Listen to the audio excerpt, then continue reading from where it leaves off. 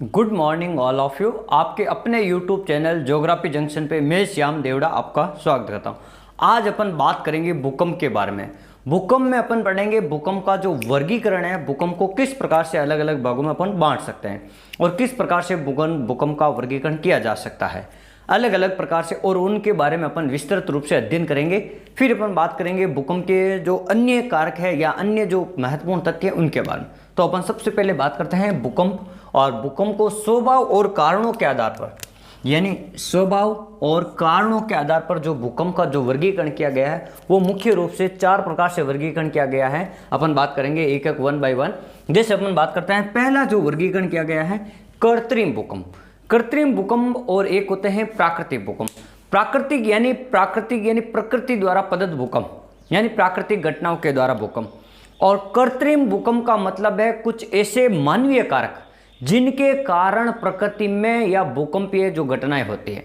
जैसे अपन ने बात की थी कि जो भूकंप के जो कारणों में अपन ने बात की थी, एक खान खोदने का, नहर निर्माण का, या सुरंग निर्माण का, या बांध बनाने का।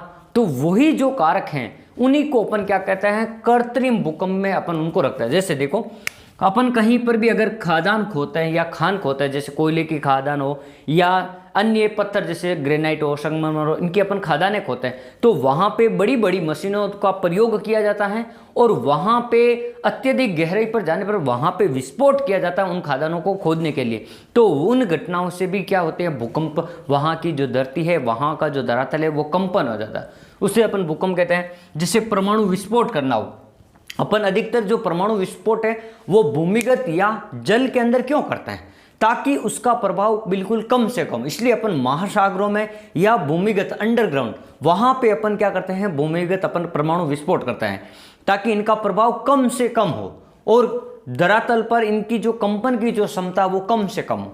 तो अपन परमाणु विस्फोट है, खादान खोदने का काम है, बांध बनाने का काम है, नहर बनाने का काम है, सुरंग बनाने का काम है, इनको अपन कहते हैं कृत्रिम भूकंप के अंदर कृत्रिम। अब अपन बात करते हैं प्राकृतिक भूकंप, यानी प्राकृतिक भूकंप में किस किस प्रकार के भूकंप आएंगे। जैसे देखो, पहला आता है आपके ज्वालामुखी भूकंप, यानी प्राकृतिक रूप से जहां कहीं पर भी ज्वालामुखी का विस्फोट होता है तो ज्वालामुखी विस्फोट के कारण जहां का धरातल कंपन होगा उसके कारण आने वाले भूकंप को ही अपन ज्वालामुखी भूकंप कहते हैं। जैसे कई सारे जो ज्वालामुखी, क्राकोतोवा ज्वालामुखी है, फ्यूजियमा ज्वालामुखी है, स्ट्रोम्बोली ज्वालामुखी, कई सारे सक्रिय, निस्रप्त या अपन कह सकते हैं प्रसुप्त ज्वालामुखी। तो वहां पर ज्वालामुखी क्षेत्र में धरातल के कंपन के कारण आने वाले भूकंप को अपन क्या कहते हैं, ज्वालामुखी भूकंप कहते हैं। फिर अपन बात करते हैं विवर्तनिकी या भ्रंश मूलक भूकंप, यानी जैसे विवर्तनिकी, जैसे प्लेटों के अलग होने का, प्लेटों के टकराने के कारण, प्लेटों में तनाव होने के कारण, प्लेटों में अपन कह सकते हैं भ्रंशन होने के कारण जिस प्रकार का कंपन होता है धरातल में, उस प्रकार के आने वाले भूकंप को ही अपन प्लेट विवर्तनिकी या अपन भ्रंश मूलक भूकंप कहते हैं। जैसे ये तनाव के कारण होगा और संपीड़न। तनाव का मतलब है 2 प्लेटें एक दूसरे से दूर जाएगी और संपीड़न का मतलब है 2 प्लेटें एक दूसरे के पास में आएगी, तब वलन या फोल्ड पड़ेंगे। तो वहां पर जो घटना होती है उसके कारण धरातल के किसी भी भाग में कंपन होने को ही अपन क्या कहते हैं, भूकंप कहते हैं। फिर अपन बात करेंगे संतुलन मूलक भूकंप।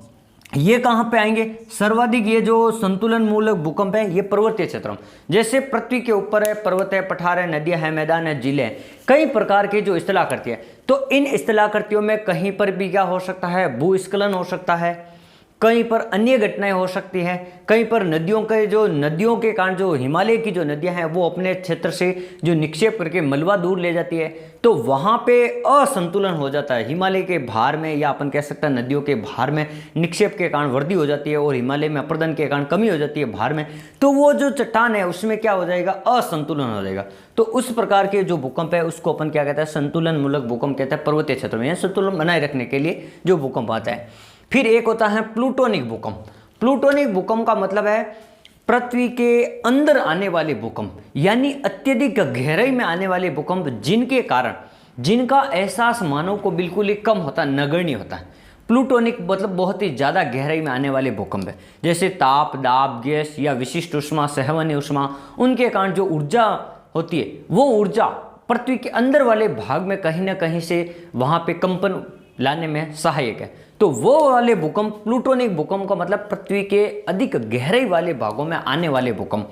और ये जो प्लूटोनिक भूकंप है ये मानव को बहुत ही कम या नगण्य, यानी अपन कह सकते हैं इनका अनुभव अपन को नहीं, मानव इनका अनुभव नहीं कर सकता है। केवल अपन को भूकंपीय जो तरंगों के माध्यम से अपन को जानकारी मिलती है कि प्लूटोनिक भूकंप आया था।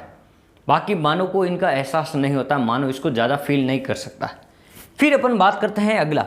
तो देखो, एक स्वभाव के आधार पर कृत्रिम भूकंप हो गए, तो अपन ने कृत्रिम भूकंप पढ़ा, फिर अपन ने प्राकृतिक भूकंप पढ़ा।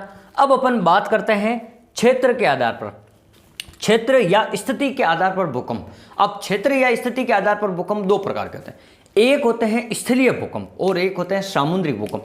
यानी जैसे स्थल भाग है तो वहां पे ज्वालामुखी का विस्फोट हो गया, वो प्लेटों का असंतुलन हो गया, कई अन्य कारणों से स्थल भाग पर आए वाले भूकंप जिनसे स्थलीय धरातल पर ज्यादा हानि होती, तो उन भूकंप को अपन कहते हैं स्थलीय भूकंप। और दूसरा सामुद्रिक भूकंप का मतलब है समुद्र के अंदर, जैसे अपन कहते हैं समुद्र के अंदर मान लो ज्वार फटा या कुछ अन्य प्रकार की घटनाएं हुई, तो समुद्र के अंदर तो समुद्री भाग अधिक ज्यादा प्रभावित होगा और इस प्रकार के आने वाले भूकंप को अपन सामुद्रिक भूकंप कहता है।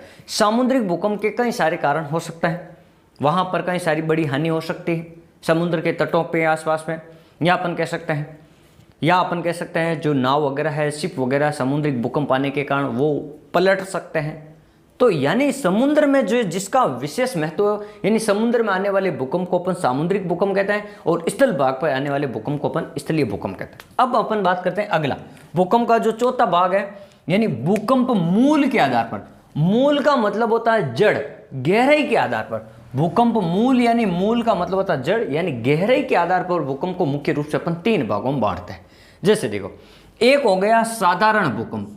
साधारण भूकंप का मतलब है 0 से 50 किलोमीटर की गहराई तक जो भूकंप आता है उसी को अपन क्या कहते हैं, साधारण भूकंप कहते हैं। नाम साधारण है लेकिन सबसे ज्यादा हानि कौन से भूकंप से होती है, यहां पर गहराई के आधार पर तो सबसे अधिक हानि इन भूकंप से होती है साधारण भूकंप, क्योंकि ये पृथ्वी के सबसे ऊपरी भाग पर है और इन्हीं भाग के कारण यहाँ पे मानव द्वारा इनको सबसे ज़्यादा महसूस किया जाता है और जन धन माल की हानि इनकी से सबसे ज़्यादा होती है। नाम साधारण है लेकिन सर्वाधिक विनाशकारी है, ये आपको ध्यान रखना। फिर अपन बात करते हैं मध्यवर्ती भूकंप। मध्यवर्ती भूकंप 50 किलोमीटर से लेकर 250 किलोमीटर की गहराई तक पाए जाएंगे, यानी 50 किलोमीटर से नीचे 250 किलोमीटर की गहराई तक जो भूकंप आते हैं उन्हें अपन मध्यवर्ती भूकंप कहते हैं और इनको भी मानव क्या कर सकता, महसूस कर सकता है, इनके द्वारा ज़्यादा हानि नहीं होती। फिर अपन बात करते हैं अत्यधिक गहरे भूकंप। अत्यधिक गहरे भूकंप मतलब 250 किलोमीटर से लेकर आपके 700 किलोमीटर की जो गहराई है किलोमीटर की, वहां पर आने वाले भूकंप जिनको अपन पातालिक भूकंप या अपन प्लूटोनिक भूकंप के नाम से भी जान सकते हैं, क्योंकि इनका जो मानव द्वारा अपन अनुभव नहीं कर सकते। इन भूकंप यानी अधिक गहराई पर आने वाले भूकंप को मानव अनुभव नहीं कर सकते, केवल और केवल इनको अपन भूकंपीय तरंगों के माध्यम से महसूस किया जा सकता है। तो ये हो गए स्वभाव एवं कारणों के आधार पर भूकंप को मुख्य रूप से अपन ने 4 भागों में बांटा। कृत्रिम भूकंप, फिर अपन ने बांटा प्राकृतिक भूकंप, और प्राकृतिक भूकंप खुद 4 प्रकार के होते हैं, ज्वालामुखी, विवर्तनिकी, संतुलन और प्लूटोनिक।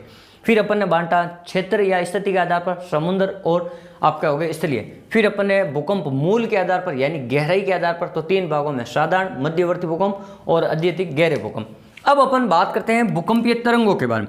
भूकंपीय तरंगे क्या है और वो किसके लिए, यानी भूकंप की जानकारी प्राप्त करने के लिए जिन प्रकार की तरंगों का अध्ययन किया जाता है उन्हें अपन भूकंपीय तरंगे कहते हैं। और भूकंपीय तरंगे मुख्य रूप से अपन कह सकते हैं, एक होती है प्राथमिक तरंग, एक होती है द्वितीयक तरंग और एक होती है धरातलीय तरंग, जिसको अपन लव तरंग से भी नाम से जाना जाता है, क्योंकि इसकी जो खोज है वो लव नामक वैज्ञानिक ने की थी। तो देखो, प्राकृतिक जो तरंग है आपकी, इसको अपन कहते हैं प्राथमिक तरंग, यानी प्राथमिक तरंग, प्रधान तरंग या मुख्य तरंग इसको अपन कहते हैं, इसी का नाम है मुख्य तरंग, प्रधान तरंग, और इसे अपन क्या कहते हैं, ध्वनि तरंग भी कहते हैं। प्राथमिक को ही अपन क्या कहते हैं, ध्वनि तरंग कहते हैं। सर्वाधिक गति से चलने वाली ये तरंग है, जैसे ही पृथ्वी के ठोस भाग में जाएगी, पृथ्वी के आंतरिक भाग में, तो सबसे ज्यादा गति 8 किलोमीटर प्रति सेकेंड की गति से ये जाती है आपकी प्राथमिक तरंग। और ये जो तरंग है ना, द्रव, गैस और ठोस, तीनों भागों में गमन करने का काम करती है। लेकिन ये क्या करेगी, द्रव या तरल भाग पर इनकी गति थोड़ी कम हो जाएगी। जैसे दुर्बलता मंडल है, आपने पृथ्वी की आंतरिक संरचना पढ़ा, वहां पे इसकी गति कम हो जाएगी, इसीलिए दुर्बलता मंडल को आपने न्यून मंडल कहा था। तो ये बात आपको ध्यान रखनी है, जाएगी तो ये तीनों माध्यम है, द्रव, तरल और ठोस गैस तीनों में, लेकिन द्रव या तरल वाले भाग में इनकी गति कम हो जाएगी। फिर अपन बात करते हैं, यह धरातल पे सबसे पहले पहुंचने वाली तरंग है। सबसे पहले कौन सी तरंग पहुंचती है धरातल पे, तो प्राथमिक तरंग है। फिर अपन बात करते हैं द्वितीयक तरंग। द्वितीयक तरंग को अपन सेकेंडरी वेव्स भी कहते हैं, या अपन इसको गौण तरंग के नाम से भी जानते हैं, गौण तरंग, द्वितीयक तरंग। और ये जो द्वितीयक तरंग है ये तरल भाग में बिल्कुल ही लुप्त हो जाती है, और ठोस और गैस भाग में इसकी गति पी तरंग से कम होती है, पी तरंग से कम होती है। लगभग अपन कह सकते हैं 5 या 6 किलोमीटर प्रति घंटे की, प्रति सेकंड की स्पीड से इसकी गति होती है, प्रति सेकंड 5 या 6, यानी इसकी 8 होती है तो इससे कम होती है। फिर अपन बात करते हैं, इसको अपन प्रकाश तरंग के नाम से भी जानते हैं। द्वितीयक तरंग को अपन क्या कहते हैं, प्रकाश तरंग के भी नाम से जानते हैं। और ये धरातल पर पी तरंग के बाद में आने वाली दूसरी तरंग है, पी तरंग के बाद में आएगी द्वितीयक तरंग। फिर अपन बात करते हैं तृतीय धरातलीय तरंग, इसी को अपन लव तरंग के नाम से भी जानते हैं। और ये केवल और केवल धरातल के चारों ओर ही क्या करती है, घूमती रहती है, या धरातल के चारों ओर ही क्या करती है, अपना भ्रमण करती है, इसीलिए इसको धरातलीय तरंग कहा गया है। और ये इनकी गति दोनों से भी कम होती है, पी और एस तरंग इससे भी कम होती है। और तीसरी बात, ये सबसे अधिक दूरी तय करने वाली तरंग है। अगर आपको पूछ ले सबसे लंबी दूरी तय करने वाली कौन सी तरंग है, तो धरातलीय तरंग है। सबसे अधिक लंबी दूरी तय करने के कारण ये सबसे बाद में यहाँ पे केंद्र पर पहुंचने का काम करती है, अधिक केंद्र पर। ये सबसे अधिक दूरी तय करने के कारण ये सबसे बाद में अधिक केंद्र पर पहुंचने का काम करती है, या सबसे बाद में पहुंचती है अधिक केंद्र पर। इसे तो ये हो गई आपकी धरातलीय तरंग। इसी को अपन लव तरंग कहते हैं, क्योंकि यहाँ लव नामक वैज्ञानिक ने इसकी खोज की थी। तो आज अपने पढ़ा था एक तो स्वभाव और कारण के आधार पर भूकंप, और फिर अपन ने पढ़ा था भूकंपीय तरंगों के बारे में। अब अपन बात करते हैं मुख्य रूप से भूकंप को मापने के लिए एक होते हैं रिएक्टर स्केल। देखो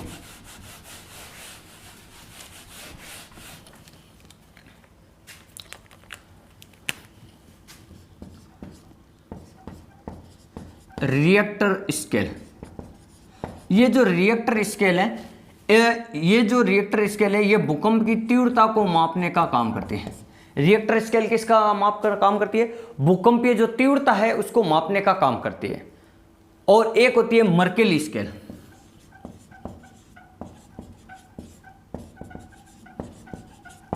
और मर्केली स्केल ये जो भूकंप के द्वारा जो हानि होती है उस हानि को दर्शाने के लिए जो काम आने वाली स्केल है मर्केली स्केल। इसमें अपन परिणाम को मापते हैं यहाँ पे मर्केली स्केल। तो अपन दो प्रकार से।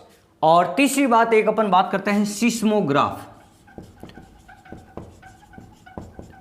सिस्मोग्राफ और सिस्मोग्राफ का मतलब होता है जहां कहीं पर भी जो भूकंप का अध्ययन जिस यंत्र के माध्यम से किया जाता है, जहां पर भूकंप का अंकन होता है, अंकन, तो वो होता है आपके सिस्मोग्राफ में। कहां पे होता है, सिस्मोग्राफ। सिस्मोग्राफ भूकंपीय अंकन, भूकंपीय तरंगों का अंकन कहां किया जाता है, सिस्मोग्राफ में किया जाता है। तो ये जो चीजें हैं आपने पढ़ी, एक रिएक्टर स्केल, मर्केली स्केल और एक है सिस्मोग्राफ। सिस्मोग्राफ पे अपन क्या कर सकते हैं, भूकंप का अनुभव कर सकते हैं। और एक अगली बात, जो वर्तमान में भारत को 4 भूकंपीय जोन में बांटा गया है। 4 भूकंपीय जोन में बांटा गया है। पहले 5 भूकंपीय जोन थे। भारत है उसको 5 जोन में बांटा गया था, भूकंप जोन में। लेकिन वर्तमान में 1 नंबर जोन को हटा दिया गया है, तो पीछे बच गए 4 जोन। तो 4 जोन आपको ध्यान रखना है। कभी ऐसा प्रश्न पूछ ले कि वर्तमान में भारत को कितने भूकंप जोन क्षेत्रों में बांटा गया है, तो 4 क्षेत्रों में बांटा गया है। तो ये भी आपको ध्यान रखना है, 4 भूकंपीय क्षेत्रों में। और पहले कितने थे, तो 5 थे। तो आज हमने इस प्रकार से भूकंप के बारे में अध्ययन किया था। और अब अपन अगले वाले वीडियो में भूकंप के वितरण क्षेत्र पढ़ेंगे, विश्व में कहाँ कहाँ पर भूकंप का कितना वितरण है। आप हमारे वीडियो को लाइक, शेयर और हमारे चैनल को सब्सक्राइब जरूर करें और आप हमेशा हंसते रहें, अपनी पढ़ाई को निरंतर जारी रखें। धन्यवाद।